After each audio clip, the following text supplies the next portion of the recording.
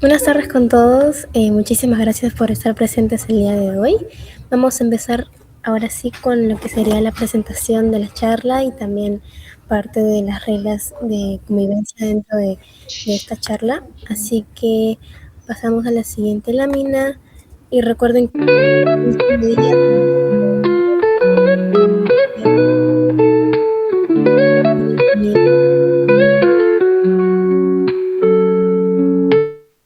listo.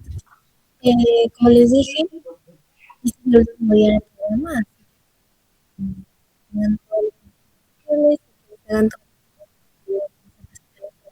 con el día de hoy. La sexta sesión y es de gastronomía para todos. No es edición especial para el Día Internacional de la Gay y esperamos que hayan pasado un gran febrero estando presente en todas las ¿no? Bueno, primero unas recomendaciones antes de pasar con el documento.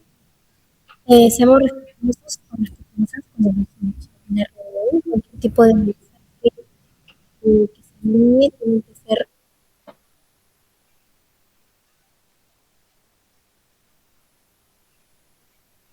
el respeto sin comentarios a los demás. Al finalizar la ponencia también habrá un espacio para las preguntas, Vengan acá. no es necesario que saturen el chat, sino que pueden enviar su mensaje y al último los Daiki, si desean Kodiak, o desean preguntarle al invitado vengan acá. pueden hacer, levantar la manito y ahí se les otorga la palabra.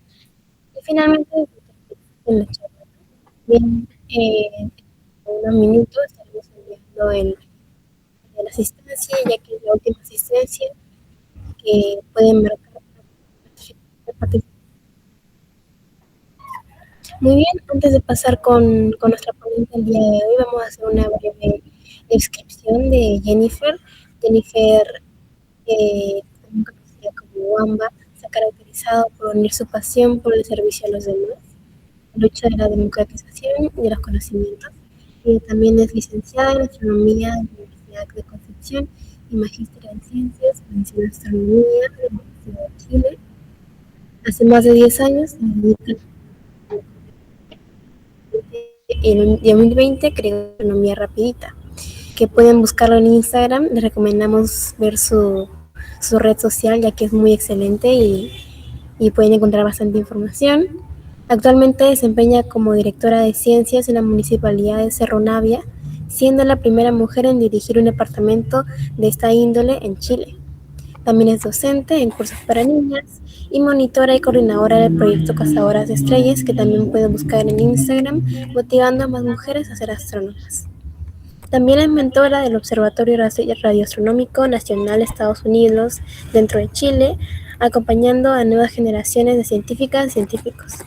También es asesora científica y directora Zona Sur de Fundación Pequeñas Grandes Estrellas y también manager de comunicaciones de América del Sur en Space Generation Advisory Council y también astrónoma del Museo Interactivo de Osorno 2024. Además, por último, fue premiada como una de las 50 genias 2024 en categoría STEM de Chile.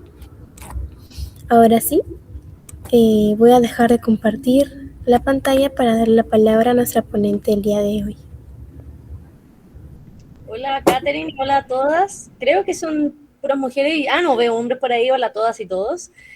Bueno, como ya me presentaron muy bien, mi nombre es Jennifer Anguita, no sé si se escucha bien, háganme con una manito por ahí porque a Katherine la escuché súper mal, la verdad, y no sé si era mi internet o qué cosa, entonces quiero saber si me escuchan bien. Ya, creo que sí. Bueno, hoy día la ponencia se trata un poco de esta astronomía para todas y todos y qué se hace en astronomía, o sea, qué estudiamos, porque mucha gente cree que todos los astrónomos estudian todas las cosas, que somos una enciclopedia prácticamente, y la verdad es que la mayoría se enfoca en cosas muy puntuales. Y hoy día vamos a ver eso y un poco de ciencia ciudadana. Así que voy a pasar a compartir la pantalla. No sé cómo se ve esto, creo que bien. Vamos a ver si esto avanza. Creo que sí, creo que se ve bien. Bueno, entonces la primera pregunta que alguien se puede hacer o que nos dicen a nosotros como, ¿qué es la astronomía? ¿Qué hace un astrónomo? O sea, ¿a qué se dedica? Y bueno, la astronomía es parte de las ciencias en general, estas ciencias duras, estas ciencias a través de datos, a través de análisis, que se encarga de estudiar todos los cuerpos y fenómenos celestes o fenómenos que existen en el universo. Todo lo que hay, yo siempre digo que los astrónomos somos de la atmósfera para afuera, ya de la atmósfera para adentro, geofísicos, geólogos, eso es lo experto, siento que nosotros sabemos un poco también, pero nosotros vemos de la atmósfera para afuera todo lo que compete al universo en general, ¿ya? Solo que nos dividimos en algunas áreas diversas, y esto incluye entonces galaxias, estrellas, planetas, satélites, planetas extrasolares, cometas, asteroides, ya no sé qué más decir, meteoritos, todas esas cosas, aunque los meteoritos son de la Tierra, sí, pero todas esas cosas que existan en el universo, todo lo raro y lo no raro que puede pasar en el universo, lo estudiamos en la astronomía, ¿ya? Antiguamente la astronomía era tratada más como algo para poder responder las cosas que sucedían en la Tierra que podían venir desde afuera, como por ejemplo el por qué existe el día y la noche, el tema del horario, el tema de los meses del año, etcétera. De hecho, no sé si ustedes sabían, pero la astronomía antes era la astrología.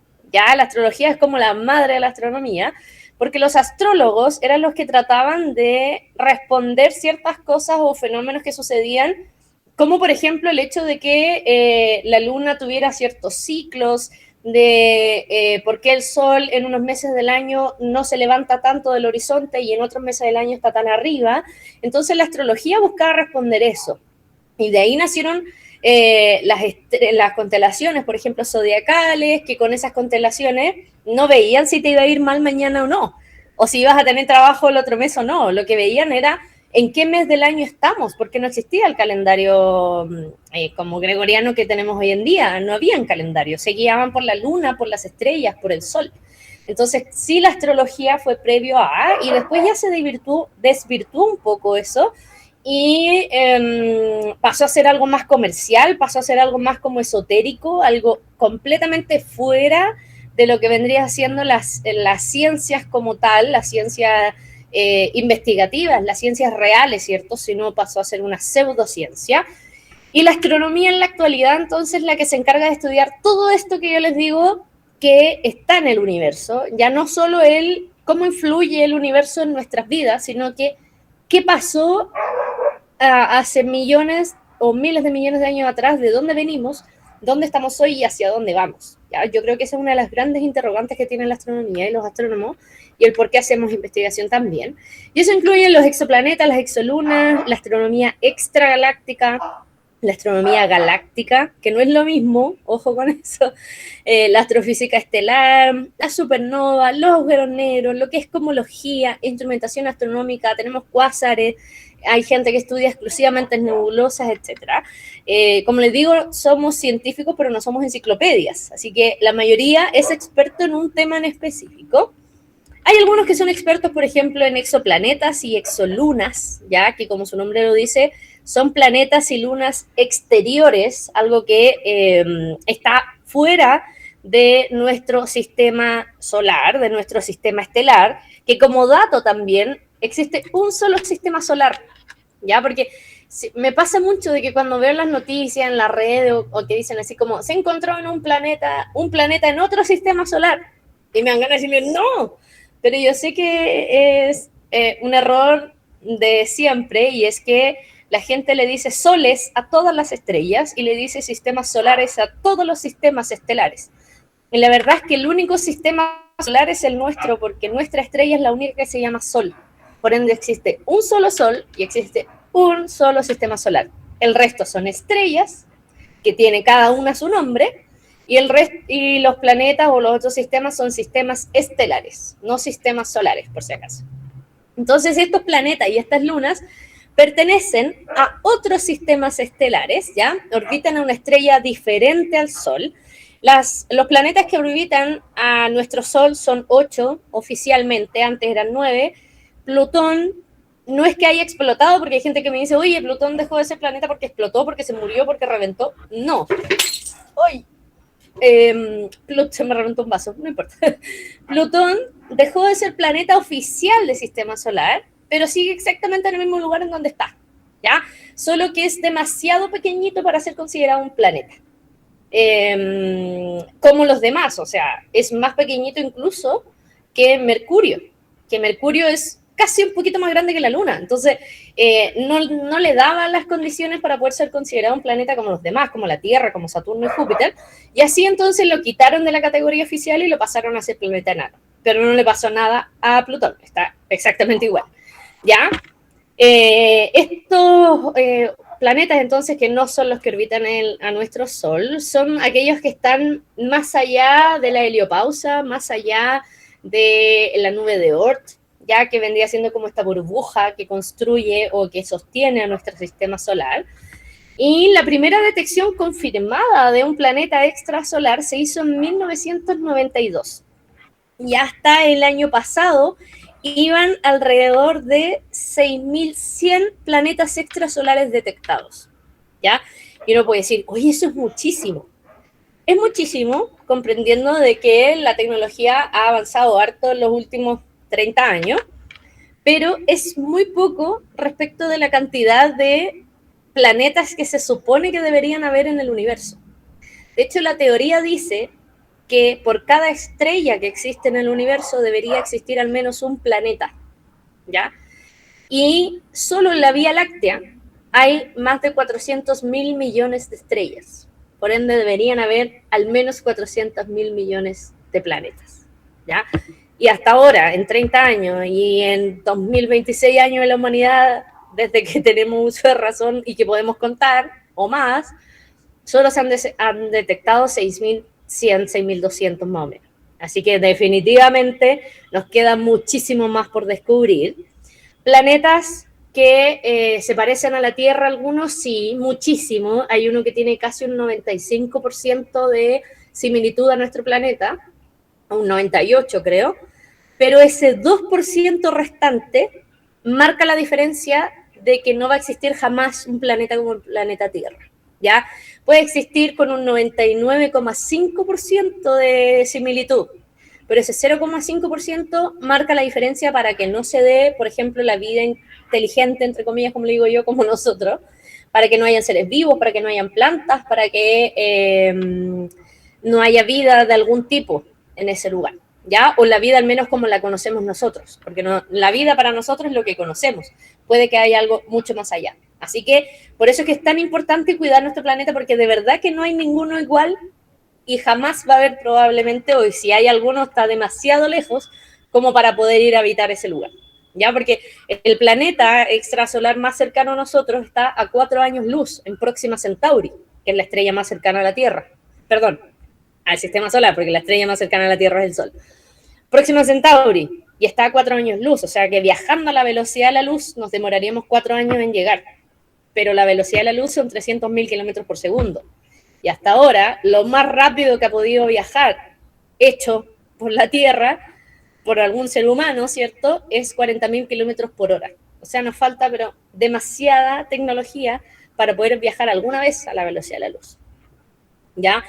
Y hay gente que estudia exoplanetas y estudia exolunas, y hoy en día yo diría que esta es la rama de la astronomía donde hay más gente trabajando y la rama de la astronomía que recibe más dinero también, porque uno levanta una piedra y descubre un planeta. Entonces, hay muchos astrónomos planetarios por ahí estudiando esto y descubriendo planetas a cada rato, así que es de las áreas de la astronomía que más dinero recibe en cuanto a ciencia que estamos hablando, ¿ya? Y si hablamos de planetas, como les decía, hablamos de las estrellas, porque los planetas no pueden existir si no hay una estrella. Hay planetas errantes, sí, que son estos planetas que no giran alrededor de ninguna estrella, pero que sí fueron creados en conjunto una estrella, porque no se puede crear un planeta si no se crea una estrella primero, ¿ya? Y entonces la astrofísica estelar es esta área de la astronomía que estudia las estrellas, todas las estrellas del universo, al menos las que nosotros podemos observar, ¿cierto?, con los distintos instrumentos. ¿Y qué es una estrella? Me podrían preguntar ustedes, y alguien puede decir los puntitos que se ven en la noche. Pero nosotros podemos ver las estrellas de día. Hay una que sí podemos ver de día, por supuesto, que es el Sol. Ojo, que hay que verlo con filtros especiales, porque si no nos dañamos los ojos y quedamos ciegos. Pero hay infinidad de estrellas. Como les decía, en la Vía Láctea solamente hay al menos 400.000 millones de estrellas, ¿ya? Y hay que estudiar estas estrellas, hay que catalogarlas de alguna manera, hay que agruparlas para poder entenderlas. Y hay gente entonces que se dedica a esto de la astrofísica estelar, que es mi caso, por ejemplo, yo trabajo y mi tesis, mi estudio, mi investigación es parte de la astrofísica estelar, ¿ya? En donde estudiamos estos objetos que son esferas luminosas de plasma, que no es este plasma cuando uno escucha la palabra plasma, piensa en las teles más antiguas, ¿cierto? Pero este plasma es el cuarto estado de la materia. Tenemos 3 estados de la materia, los que sabemos todos, el sólido, líquido, gaseoso, ¿ya? Pero hay un cuarto que no está presente de manera natural en la Tierra, pero sí existe en el universo, que es dentro de las estrellas, que es el plasma, que es como un gas muy, muy, muy, muy caliente que pasa del estado gaseoso a sólido casi de manera inmediata, no pasa por el estado o del gas al líquido y después al sólido, sino que se salta como uno de estos estados de la materia, pero tampoco es un sólido, no es ni un gas ni un sólido. Yo a los niños les explico que es como un slime, imagínense un poco de esa manera, no es ni tan líquido ni tan sólido, pero también es algo un poco más flexible, ¿ya? No es un gas volátil como nosotros acá pensamos, porque cuando pensamos en gas, inmediatamente pensamos en algo invisible, que está en el aire, pero que no lo vemos. Este es un gas que se comporta de manera diferente y que solo puede existir a altas temperaturas. Como las estrellas en su interior están a más de 15 millones de grados Celsius, ¿ya? Y acá poder tener esa temperatura, a menos que sea de manera artificial, no la vamos a tener acá en la Tierra. Entonces, por eso es que el plasma es mucho más fácil poder encontrarlo, este estado de la materia, dentro de las estrellas, ¿ya? Y este plasma se mantiene constante o en esta forma redondita, ¿ya? Gracias a su propia gravedad. La gravedad es la que mantiene a la estrella unida. Yo le digo a la gravedad como el pegamento cósmico, porque hace que las cosas se mantengan unidas, juntas, como que trata de pegar las cosas unas con otras. Entonces, mantiene unida esta estrella y la presión que sale desde adentro de la estrella, que es lo que quiere salir hacia el espacio exterior, claramente, de la estrella, juega con la gravedad, tienen como un tira y afloja, y eso hace que la estrella se mantenga casi perfectamente esférica, ya con esta forma más redondita. Y según qué tan grande nació una estrella, que tiene que ver mucho con la cantidad de material que había en la nebulosa, de las que ya le voy a hablar también, al momento de nacer.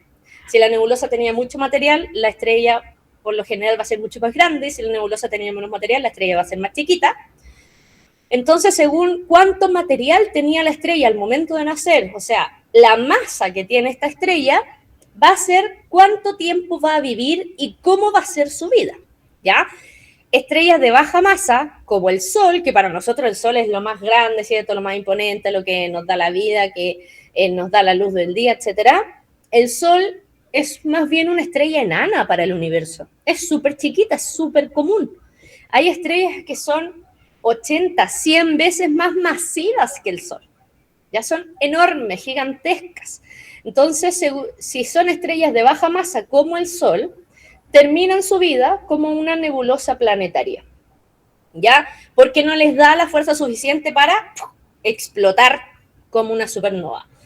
Pero estrellas más masivas, 3, 4, 5 veces para arriba la masa del Sol, termina su vida como supernova, con este fenómeno así como expansivo, para terminar siendo una estrella de neutrones o un agujero negro. Este agujero negro que a todo el mundo le encanta, ¿ya? Y para entender un poco más acerca de las estrellas, nosotros en astrofísica estelar tenemos esto que es como nuestra Biblia de las estrellas, que es el diagrama HR o el diagrama de Hertzsprung-Russell, ya que fueron dos científicos, dos astrónomos o astrofísicos que se dedicaron a clasificar a las estrellas para que sea un poco más fácil estudiarlas. Entonces ellos dijeron, mira, clasifiquémoslas de dos maneras, según su luminosidad, o sea, cuánto brillan realmente, y según su temperatura. Y como a los astrónomos nos encanta hacer las cosas al revés, ¿ya? Porque si yo a ustedes les digo, por ejemplo, piensen en el invierno, ¿qué color es el invierno? La mayoría me va a decir celeste, blanco, ¿ya? Porque el frío lo asimilamos con esos colores. Si yo le digo verano, la mayoría me va a decir, oh, rojo, amarillo, ¿cierto? En el universo es al revés. Las estrellas más calientes son azules, blancas, celestes. Y las estrellas más frías son naranjas, amarillas, rojas, ¿ya?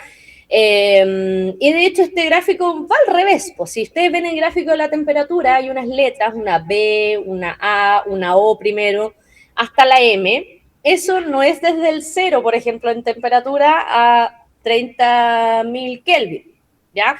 Sino que va desde 30.000 Kelvin hasta 0, ya va como de atrás para adelante. Y la luminosidad, esa sí va como subiendo, ¿cierto? Que tiene que ver con la luminosidad del Sol, ¿ya? El Sol siempre va a ser nuestro como eje central porque es lo más cercano y donde tenemos más información.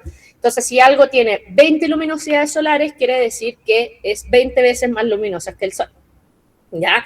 Y así entonces nosotros vamos clasificando las estrellas. La mayoría de las estrellas pasa el 95% de su vida en la secuencia principal, ¿ya? Que es esta línea en diagonal, más o menos, que se ve en la imagen, que es el espacio como la zona de confort de las estrellas, que es donde están quemando el hidrógeno, porque lo que más existe en el universo es el hidrógeno, ¿ya? De hecho, no sé si ustedes han visto ese meme como de la tabla periódica de los astrónomos.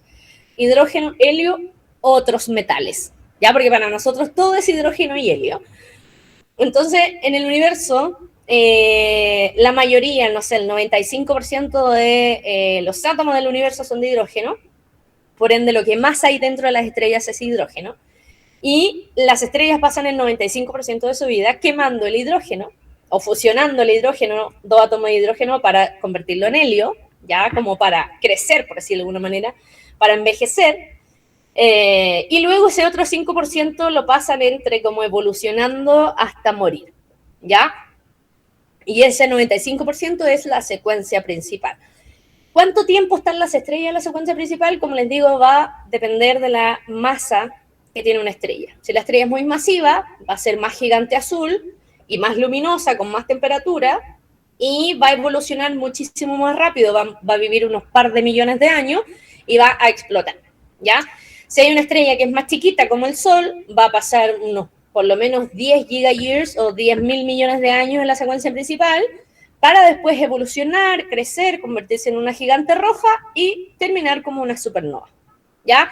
Con su enana blanca en el centro, que es otra, como una subclasificación o una clasificación aparte de la secuencia principal, ¿ya?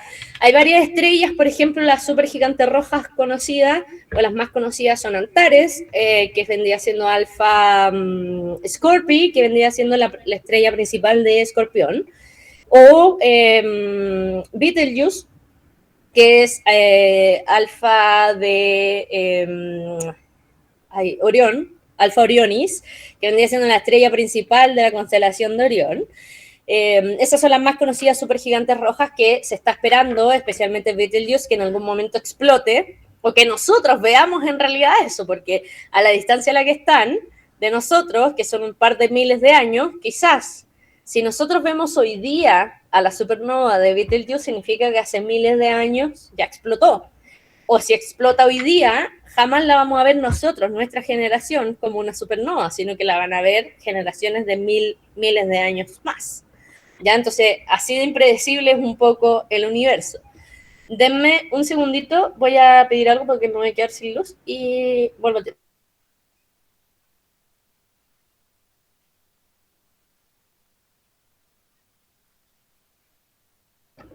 Ahora sí. Ya, ¿vamos bien ahora con las estrellas? ¿Vamos bien hasta ahí? Mucha información. Son fascinantes las estrellas. La verdad es que a mí no me gustaba mucho antes porque la encontraba como tan común, tan como, oh, las estrellas, pero si hay tantas estrellas, que fome. Pero la verdad es que sin las estrellas no hay nada, las estrellas son la base de todo. Los agujeros negros, ¿cómo se forman? De una estrella. Las nebulosas que forman estrellas, y si no, hay nebulosas que provienen de la muerte de estrellas. La supernova, ¿qué es?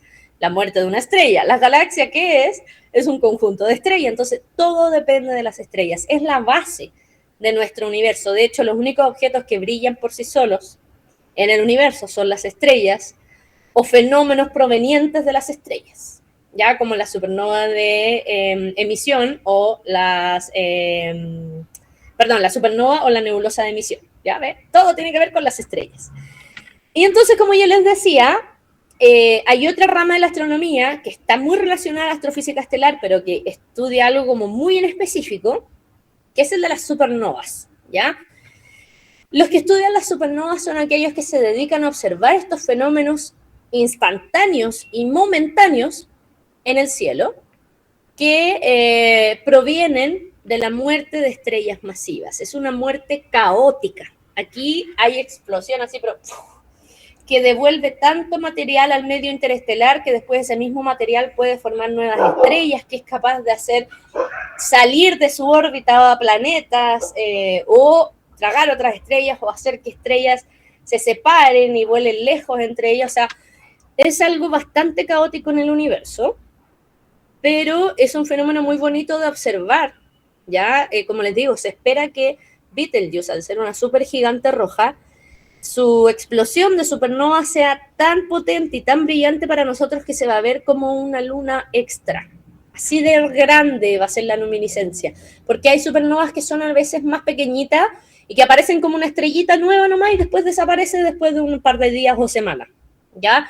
Pero Betelgeuse espera que sea como la luna, de grande la explosión. Así que si la alcanzamos a ver en nuestros tiempos, en nuestra década, sería maravilloso. Si no, las nuevas generaciones van a ser los que van a poder verlo.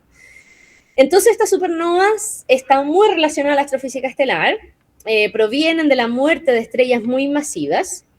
¿Y cómo es que pasa esto? Yo les decía de que hay muchos átomos de hidrógeno que se fusionan entre ellas y se convierten en átomos de helio.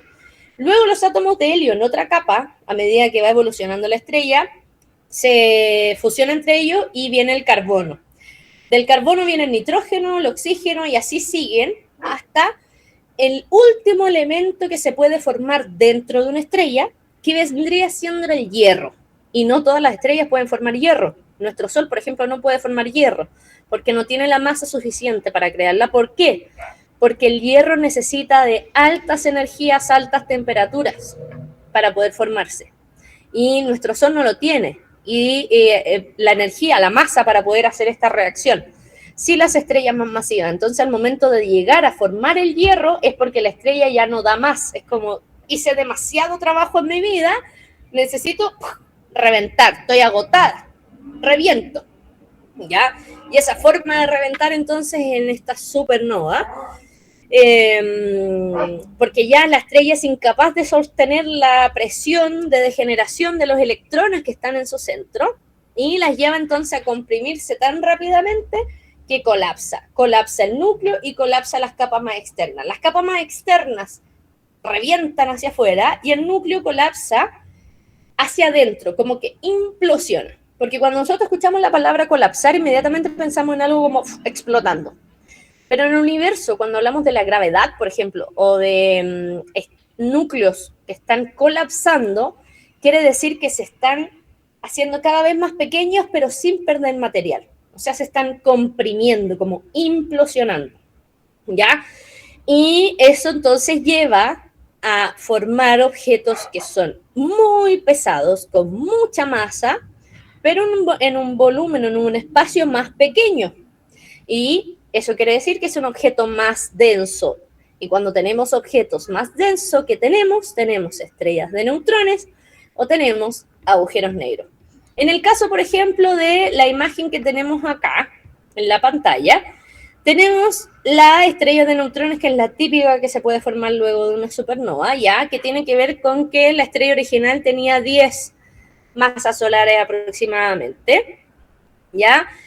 Si la estrella tenía más masa, es muy probable que en vez de estrella de neutrones siga comprimiéndose y termine siendo un agujero negro, ¿ya? Si esta estrella de neutrones, por ejemplo, tenía un campo magnético muy grande, muy poderoso, deja de ser una estrella de neutrones simple y pasa a ser un magnetar, por ejemplo. O si la estrella original tenía 70, 150 masas solares, pasa a ser una estrella de neutrones después que puede ser un pulsar, una estrella que gira tan rápido que es capaz de emitir ciclos de luz repetitivos que para nosotros acá en la Tierra, al momento de captar esas señales, la vemos como pulsos, ¿ya? Porque son emisiones cíclicas. La estrella está girando como loca y al girar como loca desde sus polos, está emitiendo señales o está emitiendo luz que nosotros las transmitimos a señales, ¿ya? Eso vendría siendo los pulsares. Entonces, ¿qué es un pulsar en el universo? Es una estrella de neutrones girando tan rápidamente, emitiendo haz de luces, que nosotros acá en la Tierra los codificamos como pulsos. Y de hecho incluso esas señales después las pasan a sonido y a veces pareciera que fuera como un helicóptero o como un latido del corazón, ¿cachai? Como de esos estilos que de pulsaciones. Y si no, como les digo, si la estrella es mucho más masiva y en su núcleo sigue comprimiendo la gravedad del material, pasan a ser entonces agujeros negros. Y agujeros negros como los cuásares, por ejemplo. Antes, en la antigüedad, por eso se llaman cuásares, se veía puntos en el cielo que no tenían la forma definida como una estrella, que se recibía la señal en telescopios y decían esto pareciera que fuera una estrella, pero se comporta muy raro, no podemos clasificar la estrella como tal, y le pusieron quasi-stellar. Y de ahí viene la palabra cuásar, ¿ya? Que son fenómenos que se cree que surgen cuando un enorme agujero negro, estamos hablando de un agujero negro supermasivo, o sea, los que están en los centros de las galaxias, ¿ya? En el núcleo de la galaxia, comienza a absorber toda la materia que encuentra a su alrededor y libera grandes cantidades de energía por sus polos, muy parecido a los pulsares, pero esto tiene que ver con agujeros negros en sí, no con la estrella, una estrella principal, sino que un agujero negro supermasivo, el centro de una galaxia, liberando material, liberando energía en formas de haces de luz, ¿ya? Y que nosotros podemos capturar con ciertos instrumentos y podemos decir, mira, este objeto tan brillante o tan poderoso no puede ser una estrella normal, tiene que venir de algo más grande. ¿Qué puede ser eso algo más grande? Un agujero negro supermasivo en el centro de una galaxia. Y ustedes me pueden decir, pero los agujeros negros se supone que no emiten luz. ¿Cómo es que brillan? Y ahí la verdad es que no es el agujero negro en sí el que brilla, sino que es el material cayendo al agujero negro, ¿ya? A altas velocidades, que no sé si ustedes sabían, pero el calor se produce cuando las partículas están muy alocadas y chocan entre ellas. Entonces, y al chocar se produce también calor que después podemos transformarlo a luz. Entonces, están estas partículas, estas estrellas o todo el material, ¿cierto?, alrededor del agujero negro, cayendo a altas velocidades que comienzan a alocarse, chocan entre ellos y van produciendo entonces señales de luz y que después se transforman en los jets poderosos que salen del centro de este agujero negro supermasivo y que nosotros los captamos como jets de los cuásares. Entonces, ¿qué es un cuásar? Un agujero negro supermasivo activo, o lo conocido como AGN, por Active Galactic Nuclei. Tiene que estar activo el núcleo de la galaxia, o sea, el agujero negro tiene que estar comiendo material para que se produzca estos destellos de luz como los jets, como un chorro que sale por arriba y por abajo, por decirlo de alguna manera, y que nosotros podemos observar con distintos instrumentos. ¿Ya? O sea, un agujero negro muy poderoso. ¿Y cómo se forman estos agujeros negros supermasivos? Es una muy buena pregunta, porque hasta ahora no tenemos datos reales, o sea, no hemos visto cómo se forma un agujero negro supermasivo en sí. Pero la teoría nos dice de que los agujeros negros supermasivos provienen de agujeros negros de masa intermedia. Y esos se forman de masa intermedia a raíz de la fusión de agujeros negros estelares, o sea, agujeros negros que vienen de una estrella. ¿Todos los agujeros negros provienen de una estrella? Sí, ¿ya?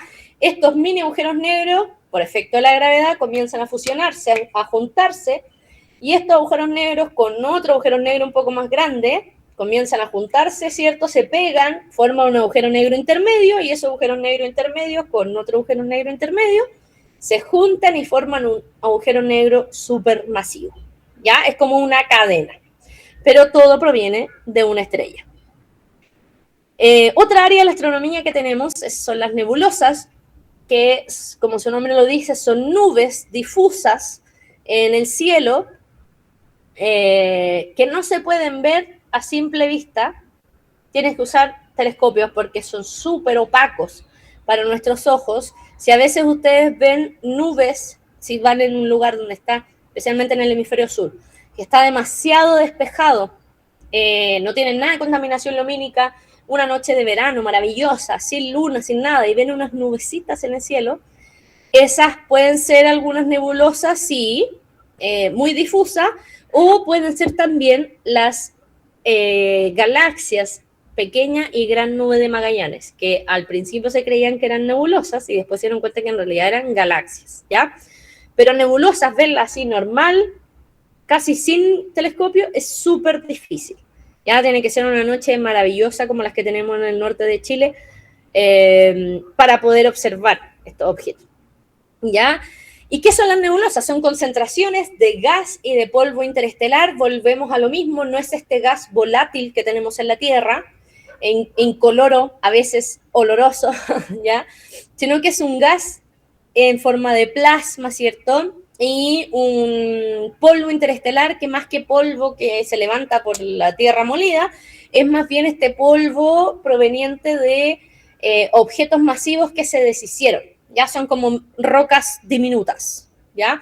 Entre los que predomina, por ejemplo, la concentración de gases, el hidrógeno, el helio, como les decía, que lo más abundante del universo es el hidrógeno y lo restante es helio, y lo poco y nada que quedan, como un 1%, son otras cosas. Y en su interior, en la mayoría de las nebulosas, nacen estrellas, porque no todas las nebulosas forman estrellas, ¿ya? Algunas nebulosas son remanentes de supernova y que no necesariamente van a formar estrellas nuevas, y algunas otras son simplemente regiones de gas y de polvo que no tienen el proceso, no tienen la fuerza necesaria, la energía para poder formar nuevas estrellas. Simplemente son nubes existiendo en el universo. Pero sí, hay varias que sí forman estrellas, y las estrellas sí o sí tienen que nacer en nebulosas. Es la única forma que tienen para nacer prácticamente.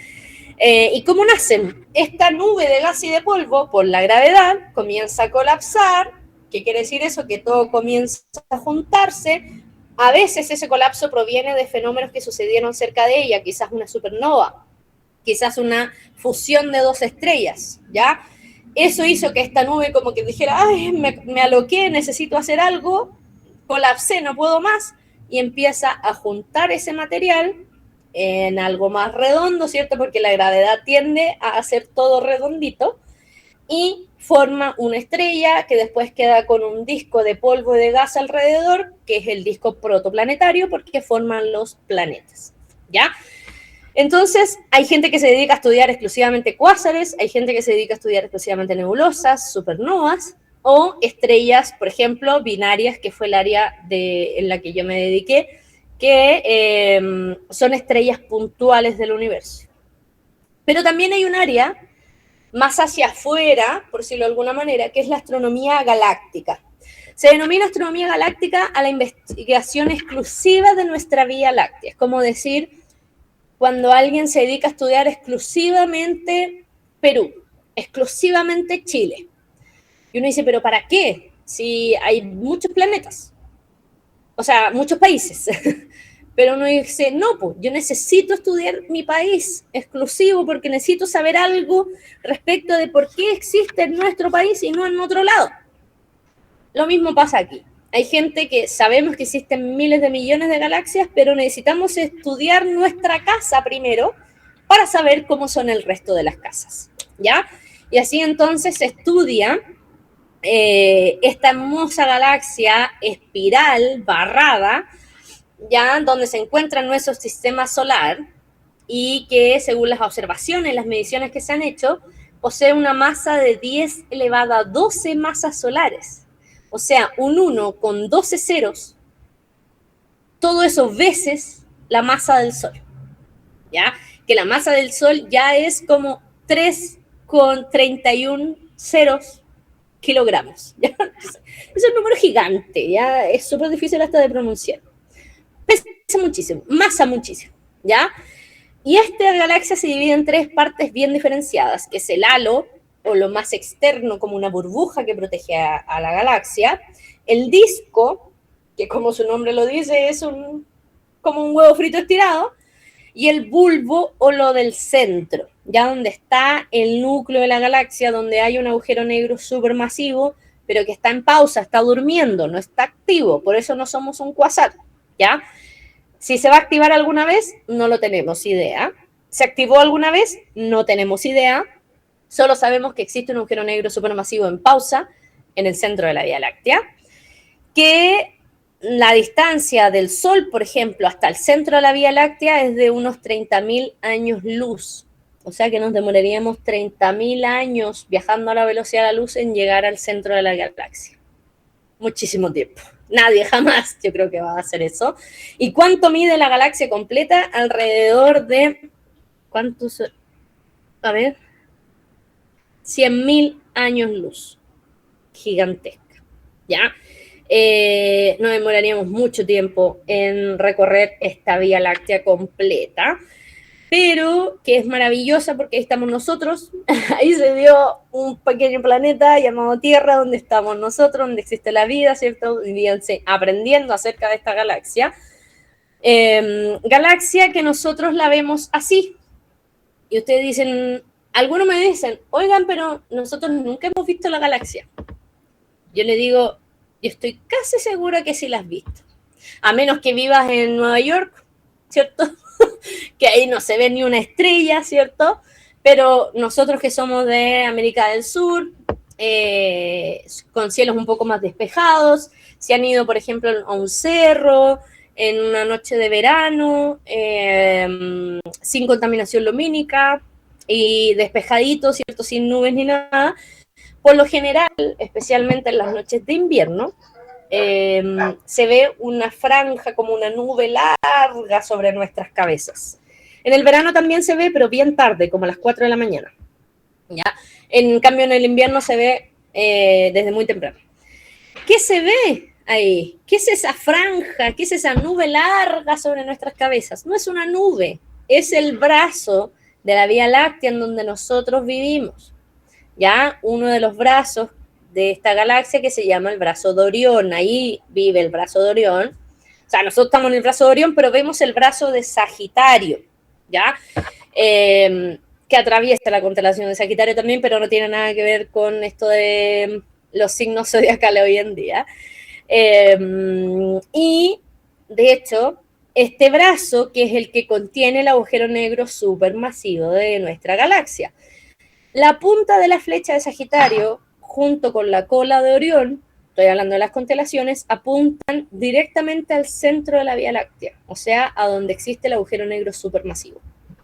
Que para nosotros en el hemisferio sur se ve de mejor manera en el invierno, y si no en el verano tipo 4 de la mañana más o menos, ¿ya? Entonces nosotros vemos este brazo de Sagitario maravilloso sobre nuestras cabezas y estamos viendo nuestra galaxia, estamos viendo nuestra Vía Láctea. Esta maravillosa franja de estrellas y de regiones oscuras, nebulosas oscuras, de absorción que les llaman, y apuntando directamente al centro de la Vía Láctea, en este caso en esta imagen, como se ve desde el Paranal, desde la región de Antofagasta, de Chile. Maravillosa esta Vía Láctea. Hay gente que se dedica a estudiar solo la Vía Láctea, pero hay gente que se dedica a estudiar otras galaxias, y ahí es donde entra la astrofísica o la astronomía extragaláctica, o sea que estudia desde la Vía Láctea hacia afuera. Un conjunto de galaxias, puede ser galaxias de campo, de grupo, de cúmulos, etcétera, que nos sirven para entender incluso nuestra propia galaxia, porque como estamos dentro de ella, no podemos verla desde afuera, pero sí podemos ver desde afuera otras galaxias que son parecidas a la nuestra y podemos como extrapolar la información, como compararla de alguna manera, ¿ya? ¿Y cómo lo hacemos esto? Con un diagrama o una forma de clasificar las galaxias. Están las elípticas, que, como su nombre lo dice, tienen una forma más estirada, no tan redonda, excepto la E0, que sí es una elíptica perfectamente redonda.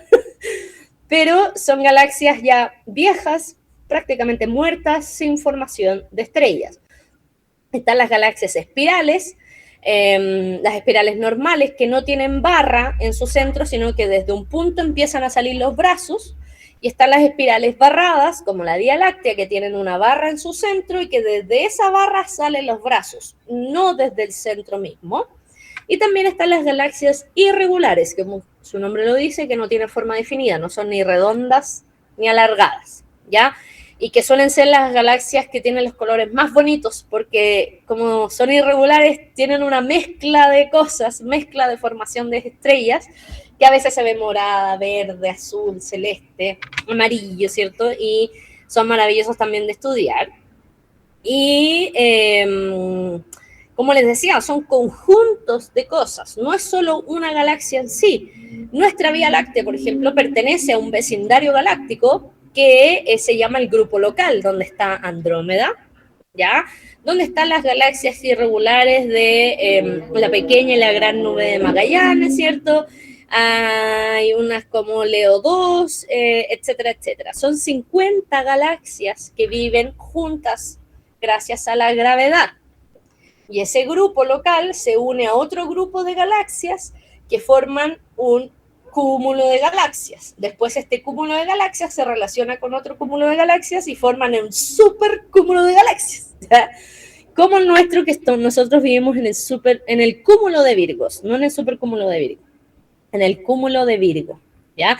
Y así todo se va relacionando y los supercúmulos de galaxias conviven en un solo conjunto que vendría a llamarse universo. Así es el universo, todo está relacionado entre sí. Bueno, ya les había hablado un poco de los agujeros negros, ¿cierto? Que es otra área a la que se dedican algunos astrónomos, que son regiones finitas, no infinitas, finitas del universo. O sea, tienen un principio y tienen un final. Del espacio, en cuyo interior existe una concentración de masa, o sea, mucho material en un pequeño espacio, muy chiquitito, lo que hace que sea altamente denso ese objeto, como para generar un campo gravitatorio tan grande que todo lo que pasa cerca del agujero negro termina siendo tragado, succionado, nada puede escapar. Imagínense un agujero negro, una estrellita va pasando cerca y pasa y ¡pum!, desaparece porque el agujero negro se lo tragó. Y eso le pasa a la luz. La luz que pasa cerca de un agujero negro, al fin y al cabo, por la gravedad, es absorbida y no puede salir, no puede escapar, porque la gravedad del agujero negro es gigantesca. De hecho, la velocidad de escape de un agujero negro, o sea, la velocidad que tú necesitas para salir de un agujero negro, es mayor a la velocidad de la luz. Y no hay nada más rápido que la luz en el universo. Hay una cosa que es más rápida, pero no es un objeto, sino que es un fenómeno más bien. Entonces, no hay ningún objeto o algo material más rápido que la luz, por ende, entonces la luz no puede escapar, ¿ya? Por eso son negros, no porque no existan ni porque sean de color negro, sino que porque no emiten luz, ¿ya? Y son de los más queridos por la gente, no sé por qué, pero la gente ama los agujeros negros. Yo siempre he dicho que puedo estar dando una charla de la luna y va a salir alguien levantando la mano y me va a decir, ¿qué es un agujero negro? Que la gente los ama, les encanta. Yo creo que es como por el misticismo que tienen, en este hecho de como de tragar todo y de no escupir nada y de no saber qué hay más allá. O sea, existe otro universo dentro del agujero negro. ¿Qué pasa si entras en un agujero negro? ¿Sales por algún lado? ¿Sales al pasado, al futuro? O sea, todo ese misticismo que tiene el agujero negro, yo creo que es lo que más llama la atención en la astronomía. Y yo les mencioné que había algo más rápido que la luz. Se cree que sí, ¿ya? No lo hemos podido cuantificar, pero la teoría nos dice que más rápido en el universo es la expansión del universo, o sea, cómo crece la velocidad a la que crece el universo, que la velocidad de la luz. pero como les digo, es un fenómeno, no es un objeto, no es algo medible. Ya, de hecho, esta expansión del universo que se produce por la energía oscura, que nuevamente no emite luz, por ende no sabemos qué es, no la hemos podido observar, no la hemos podido medir, sabemos que existe, pero no sabemos qué es, y hay algo que está haciendo que el universo a gran escala se separe, y yo digo a gran escala porque se separan las galaxias, los cúmulos de galaxias, ¿ya? No es que la Tierra se esté separando de la Luna tan rápido, o que la Tierra se esté separando de Marte, alejando de Marte, y que el sistema solar esté creciendo, no. Estamos hablando de lugares más lejanos al nuestro, a gran escala, casi en los bordes del universo, esto está creciendo como un globo, aceleradamente, que podría considerarse esa velocidad como más rápido que la velocidad de la luz, ¿ya? Pero materialmente, mediblemente, lo más rápido en el universo es la luz. Y esa aceleración, ¿cierto?, también es parte un poco de la cosmología, que es la ciencia que estudia la composición, evolución y propiedades del universo desde el segundo uno, ¿ya? Para entender el origen, el hoy y la evolución. La gente que trabaja en cosmología, por lo general, estudia cosas muy viejas, cosas al inicio del universo, cómo era el universo al inicio para saber cómo es hoy, cómo es que llegamos hasta hoy, qué podría llegar a pasar, ¿ya? Entonces, esta nos sirve para conocer las leyes generales, por ejemplo, para saber por qué se formó el Big Bang. O sea, sabemos que existió un instante que hizo que todo comenzara a expandirse, como que explotara de nuevo. Se formaron los primeros átomos, aparecieron las primeras luces, etcétera, aparecieron las primeras estrellas, etcétera. Y uno dice, pero algo tuvo que pasar para que este punto ínfimo hiciera así, explotara y creciera lo que hoy día conocemos como universo. Y ese algo es lo que todavía no tiene respuesta. No sabemos qué hubo antes y qué hizo ese algo para explotar de esa manera, ¿ya? Y es muy importante poder responder esa pregunta para saber cómo vamos a terminar, si vamos a terminar de la misma manera o nuestro universo, en vez de explotar y crecer así, va a ser algo que va a comprimirse en un solo punto que después va a volver a explotar y va a volver a formar otro universo. No lo sabemos.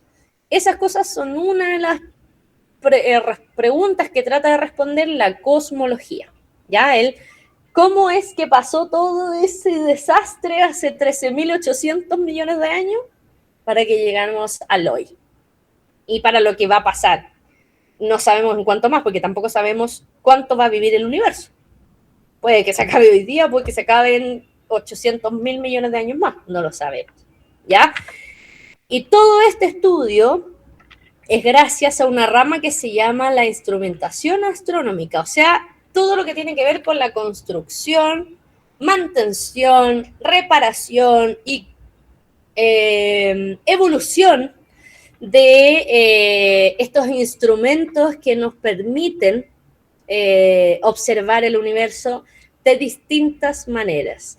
Tenemos telescopios que imitan nuestro ojo, pero con un nivel de zoom y de detalle impresionante, ya que son los telescopios que observan en el visible, como su nombre lo dice, es una parte del espectro electromagnético que es lo que puede ver nuestro ojo. Hay otros telescopios que ven otras longitudes de onda, cosas que nuestros ojos no podrían ver, como por ejemplo los rayos X, los rayos gamma, el infrarrojo, los microondas, etcétera. Eso se ve con otro tipo de instrumentos y ahí es donde entra la rama de la ingeniería. Por ejemplo, la instrumentación astronómica es el puente entre la astronomía, la ciencia dura con la ingeniería, ¿cierto? La modernización, incentivando este desarrollo tecnológico para poder obtener cada vez más respuestas.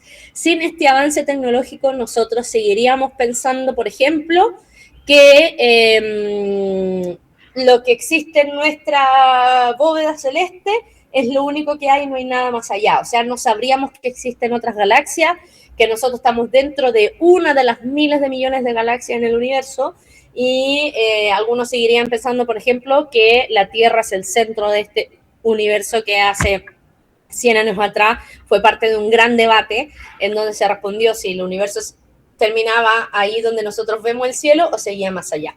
Y eso fue gracias al desarrollo tecnológico. Sin esto seguiríamos estancados con muchas cosas. Entonces, todo esto se resume en una sola cosa, en una sola luz. A mí me dicen de repente como, ¿qué es lo más importante para los astrónomos? Para la astronomía, en realidad, para el estudio, para las respuestas. Y eso tiene una palabra con 3 letras y se llama luz. Los astrónomos y astrónomas trabajamos con la luz de los objetos. Si no tenemos luz, no podemos estudiar un objeto. Y uno dice, entonces, ¿cómo estudian los agujeros negros? Si no emiten luz. ¿Cómo estudian la energía oscura? Si no emite luz. ¿Cómo estudian la materia oscura si no emite luz? Porque nosotros, o los astrónomos que estudian esa área, estudian el comportamiento de los objetos alrededor de esos fenómenos que sí emiten luz. ¿Ya? Entonces, ¿de qué depende la astronomía? De la luz. Sin la luz no tenemos nada, no tenemos respuesta, no podemos llegar a nada. Y lo más loco de todo esto, y la hipotenusa, como digo yo, la hipocresía del universo, es que solo el 5% del universo es luz, es materia bariónica. El otro 90%, 95% es energía oscura. O sea, no emite luz. Nosotros solo conocemos un 5% del universo, que es lo único que hasta ahora hemos podido captar a través de la luz. El resto, algo incógnito. Y eso es lo que a mí me vuela la cabeza. O sea, solo conocemos el 5% y de ese 5% sabemos que existen miles de millones de galaxias, cada una tiene miles de millones de estrellas. Y lo más especial y lo más bonito de eso es que de todos esos números existe un planeta llamado Tierra, en donde estamos nosotros, los seres humanos. Y hacemos posible esta maravillosidad del universo llamado vida, ¿ya? Así que tenemos que ser muy agradecidos de eso también.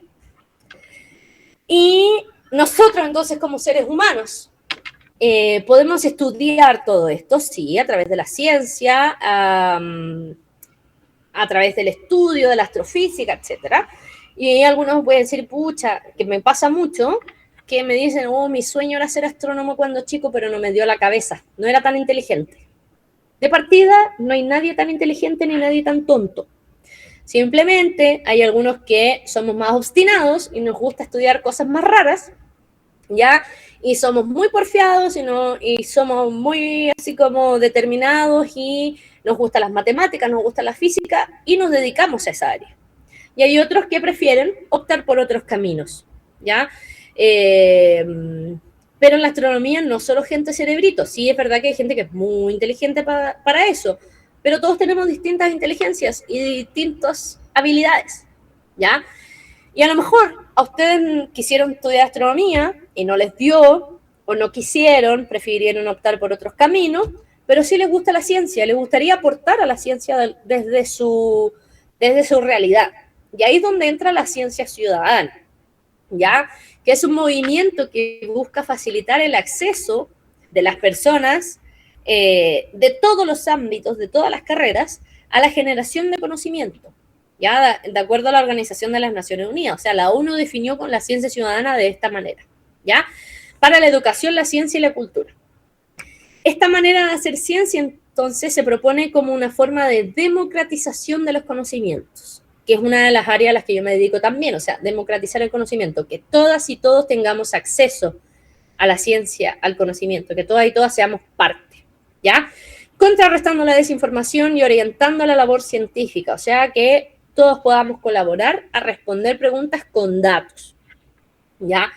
Y ahí yo conozco 3 iniciativas de ciencia ciudadana, pero pueden haber muchas más, ¿ya? Yo les voy a nombrar estas. Una es Zooniverse, ya que es una de las plataformas más grandes del mundo para la investigación impulsada por las personas, ¿ya? De todo tipo, no solo científicos. Entonces se conecta a los investigadores profesionales con millones de voluntarios de todo el mundo para facilitar resultados y a partir de investigaciones un poco prácticas o casi imposibles. Y esto ha llevado a nuevos descubrimientos, impacto político, publicaciones de investigación. Ustedes podrían ser partes de un paper, por ejemplo, fácilmente, si es que, porque a lo mejor alguien en Australia necesita investigar algo que alguien en Perú está viendo, y tú le dices, oye, mira, yo tengo este dato, o observé esto, y tú aportas a la investigación a alguien en Australia, a alguien en Turquía, por ejemplo, y estás haciendo ciencia, estás aportando una investigación, ¿ya? Y esta plataforma está impulsada por voluntarios también, de todas las edades, todos los antecedentes son bienvenidos a participar, no se requiere tener un doctorado, un magíster o nada por el estilo, simplemente ser curioso, ser perseverante, ¿cierto? Asombrarse por lo que pasa en el universo y unos pocos clics. Ahí en su universe les dan cuando uno entra a su universe, te dan como, mira, tenemos estas investigaciones que se están llevando a cabo en este momento y si tú te metes a una de ellas te dice, mira, necesitamos datos de X cosas. Por ejemplo, para clasificar aves. Ya hay varios estudios de aves que se están llevando a cabo en donde necesitan estudiar un ave que puede existir en muchos países del mundo. Y es súper difícil y costoso viajar a muchos países del mundo para estudiar solo un ave. Entonces, justo quizás alguno de ustedes vive en la zona donde pudiera haber esa ave y ustedes cooperan y toman información y después se publica esa investigación, por ejemplo. No solo una cosa del universo, sino que, o de la astronomía, sino que de todas las áreas de la ciencia. También hay cosas de astrofísica, por supuesto. Hace poco un Zooniverse de poder catalogar unas galaxias súper difíciles que se llaman las galaxias Jellyfish o las galaxias Medusa, que es súper difícil de poder encontrar, entonces había como una campaña de busca tu propia Jellyfish para después llevarla a un paper profesional, que lo llevaba a cabo una astrónoma, una doctora en astronomía acá en Chile. Muy buena esa cosa. Zooniverse, entonces, una plataforma de ciencia ciudadana. Otra plataforma de ciencia ciudadana es la IASC, que vendría siendo la International Astronomical Search Collaboration, ya que es un programa de ciencia ciudadana que proporciona datos astronómicos de alta calidad a científicos ciudadanos de todo el mundo. Estos son entonces capaces de hacer descubrimientos, o sea, tomar los datos, trabajarlos, procesarlos y obtener respuestas. Y pueden llegar a tener, como le digo, un servicio que después pueda llegar incluso a publicarse. La principal campaña que lleva la IASC es la búsqueda de asteroides, ¿ya? Ese es el enfoque principal que tiene. Y esta campaña es un evento de un mes en específico en donde los astrónomos, los científicos buscan asteroides para meterlos dentro del catálogo de asteroides que existe en nuestro sistema solar y quizás alguno pueda llevar el nombre de alguno de los ciudadanos que descubrieron este asteroide. Yo conozco varios que han sido parte de este programa, ¿ya? Así que se pueden meter a la IASC. Y el otro es el Glowwatch, ¿ya? Que es una iniciativa impulsada por el Centro de Investigación de Luz, la Fundación Cielos de Chile, el CATA, el Centro de Astrofísica y Tecnologías Afines, y el Centro de Modelamiento Matemático, que es lo que busca es concientizar y visibilizar la importancia del cuidado de los cielos nocturnos, ¿ya? ¿Y cómo funciona esto? Una especie como de denunciante de contaminación de luz. Entonces, por ejemplo, ustedes están en una ciudad X, donde hay un foco gigantesco prendido en la noche que dificulta poder observar una zona del cielo. Ustedes toman fotos, las coordenadas, etcétera, y la denuncian en esta página, ¿ya? Para que después se pueda hacer algo y que ese foco no dificulte la observación del cielo, por ejemplo. Ya es como una especie de investigadores del cielo nocturno. O sea, no investigadores, sino que investigadores privados del cielo nocturno.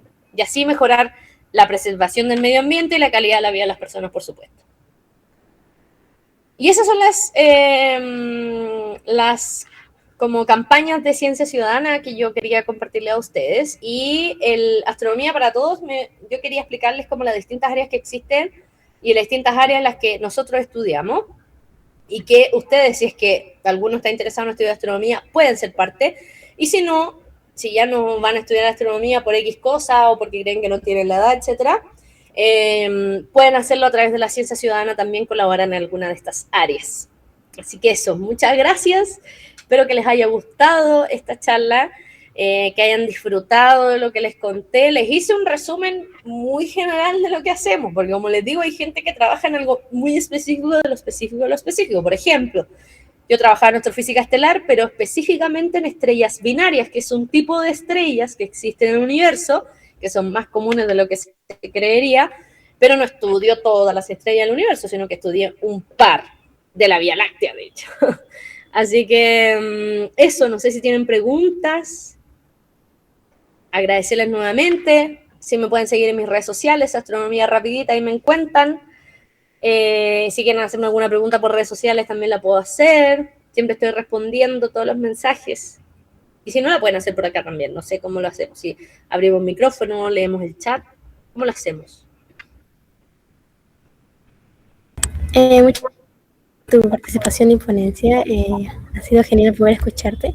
Y si alguno tiene alguna pregunta, normal podría levantar la mano y prender el micrófono, o si desea puede hacerlo por el chat. Gracias, AT Mars. Una charla entretenida informativa. Ah, muchas gracias.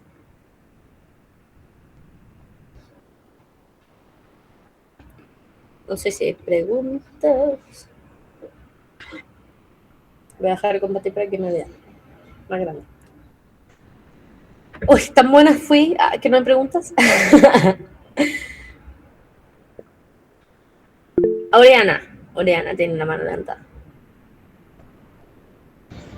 Hola, ¿me podrías explicar cuál es la diferencia entre un cuásar y una estrella de neutrones? Y creo que también escuché que existen estrellas de protones. Me confunde muchísimo. No sé si es que se forman distintos o es que se forman igual, o es que son diferentes, vienen de diferentes orígenes. Bueno, Oriana, muchas gracias por tu pregunta. La verdad es que estrellas de protones, según lo que yo sé, no existen. Quizás te confundiste con algún nombre que yo di, ¿ya? Afuera. Que en algún momento dije que las estrellas más masivas no tienen la capacidad de soportar más el tema de la carga electrónica que tengan, ¿ya? Pero no existen las estrellas de protones, sí existen las estrellas de neutrones, que como su nombre lo dice, solo tienen carga neutra, ¿ya? Y estas estrellas se forman porque una estrella muy masiva, ya de 80 veces, 50 veces la masa del Sol, explotó. Y al explotar, las capas más externas generaron un caos en el universo, pero en el centro todavía quedaba el núcleo de la estrella. Un núcleo que se fue haciendo cada vez más chiquito, pero sin perder material, sino que todo su material lo fue como amasando y haciendo cada vez todo metido en una cosa más pequeña, ¿ya? Y esa cosa más pequeña termina siendo una estrella de neutrones, porque todos los protones ya habrán sido expulsados de la estrella. Quizás por ahí va la cosa, ¿ya? Entonces, solo termina teniendo cargas neutras, ¿ya? Y estas estrellas de neutrones, después, si es que todavía la gravedad quiere seguir juntando todo el material que hay, forma agujeros negros, ¿ya? Agujeros negros que después, si se fusiona con otro agujero negro y con otro, y con otro, y con otro, va haciendo como una especie de chicle o de una bola de nieve cada vez más grande y va a formar un agujero negro supermasivo, que si está activo en el centro de la galaxia pasa a llamarse AGN, por Active Galactic Nuclei, o núcleo activo de galaxia. Y ese AGN, como está activo, ese agujero negro supermasivo, como está prendido, está tragando material, y el material que está cayendo al agujero negro a altas velocidades se enciende. Y al encenderse, libera energía. Se enciende, me refiero como que se prende de luz, no es que se incendia, ¿ya? Sino que forma destellos de luz que salen como chorros por en las extremidades de la galaxia, desde el centro, y se ve desde acá como una estrella muy brillante, pero que no se comporta igual que una estrella. Y ahí es donde le pusieron la palabra cuasi-estelar o cuásar. Entonces, ¿cuál es la diferencia? Un cuásar es un agujero negro supermasivo en el centro de una galaxia que está tragando material y que libera energía a través de luz desde su centro, y la estrella de neutrones es el núcleo de una estrella muerta que todavía no se fusiona lo suficiente para hacer un agujero negro, o que simplemente quedó así por el resto de sus días. ¿Se entendió ahora? ¿Se entendió ahora? Sí, muchas gracias. Gracias. Mira, Daniela Rubilar tiene 2 preguntas. Dice, las imágenes que normalmente se muestran del universo, ¿qué tan coloridas son? ¿Hay una forma de darle coloración a las imágenes? Muy buena pregunta con eso. Voy a responder esa primera. Por lo general, las imágenes que ustedes ven cuando uno pone universo en Google, o nebulosa, o supernova, etc., le van a salir unas imágenes con unos destellos morados, celestes, azules, maravillosos, ¿cierto? Y la verdad es que en el universo en sí no es tan real esas imágenes. No quieren decir que sean imágenes falsas, sino que están trabajadas. ¿Por qué? Porque cuando uno observa con un telescopio profesional, uno observa con un tipo de filtro para tomar una información en específica. Después cambia el filtro, que no es como que uno saque un filtro y ponga otro, sino que hoy en día, antes se hacía así, pero hoy en día se hace electrónicamente, o sea, con un computador. Cambia el filtro y le pone otro filtro que es capaz de capturar otro tipo de componente químico presente en la luz de ese objeto y que se ve con otro color. ¿Ya? Entonces hay un filtro con rojo, un filtro azul, un filtro verde, etc. Entonces tienes muchas imágenes de un mismo objeto con distintos colores que después tú las fusionas y obtienes la imagen final después de ya haberla trabajado, de haber obtenido todos los datos y todas las señales posibles y que te da la imagen final que a veces uno ve en Google o en Internet dando vueltas. ¿Ya? Entonces no es que sean imágenes falsas, sino que son imágenes tratadas, trabajadas, manipuladas en el sentido de que ya le sacaron los datos suficientes y después las fusionaron, hicieron una interferometría, por decirlo de alguna manera, de estas imágenes y obtuvieron la final. ¿Ya? Así que el universo no es tan colorido en realidad. Porque a nuestros ojos, si nosotros estuviéramos en el espacio en sí, veríamos ciertos colores solamente, porque nuestros ojos no son capaces de capturar todos los tipos de luz, como no tenemos todos los filtros en nuestro ojo, por decirlo así, que sí pudiera tener un telescopio. ¿Ya? Y la segunda pregunta dice, ¿quiénes pueden acceder a los observatorios? ¿Solo personas especializadas o cualquier científico? Para investigar, solo científicos. De hecho, los telescopios, por lo menos acá en Chile, tienen una forma de obtener noches de observación con una postulación que se llama CNTAC, ¿ya? Uno tiene que mandar una postulación de muchas hojas diciendo como, quiero estudiar este objeto, X noches, estas noches de X mes, tales horas de este objeto de 10 de la noche a 3 de la mañana, este otro objeto de las 3 de la mañana a las 6 de la mañana y así. Tienes que entregar como una bitácora gigante y decir por qué quieres estudiar esos objetos, qué resultados vas a obtener y qué tan importante es que obtengas esos resultados para la astrofísica o para la investigación, para la ciencia en general. Y hay un grupo selecto de personas que revisa cada postulación, que se hace 2 veces al año, y que dice, esto es interesante, esto no, a este le damos noche, a este no. Entonces, incluso los científicos, los astrónomos de todo el mundo, se pelean las noches de observación en un telescopio. Y eso que son carísimas. Yo digo que esta es una profesión muy rara, porque yo creo que somos los únicos que pagamos por trabajar. Tenemos que pagar para tener datos y esos datos después poder trabajarlos. Pero eso de manera profesional, me refiero como para trabajar los datos. Pero están estas otras cosas en donde te entregan datos ya procesados, ya tomados de los observatorios, después de ciertos años los liberan y cualquier persona puede tomar esos datos. Pero si son datos nuevos, por lo general son privados, porque son de alguien que los pagó, ¿ya? ¿Y se puede ir a observatorios sin ser profesional? Sí, pero de día. A veces algunos van de noche, pero es porque se ganaron algún premio en alguna feria científica, por ejemplo. De día hay varios observatorios acá en Chile que están abiertos, como el de La Chilla, el del Paranal, el del Vera Rubin, si no me equivoco, va a abrir pronto y se puede visitar durante el día como una especie de tour por los observatorios y después ya cuando anochece uno va bajando y suben los astrónomos profesionales a observar, ¿ya? Así que sí se puede ir siendo no profesional, pero como turista, más que para trabajar en sí. Eso. Ay, me dicen, explicaste tan claro todo. Ay, muchas gracias, eso es lo que trato de hacer. Me dedico a eso. Así que qué bueno que entendieron, muchas gracias.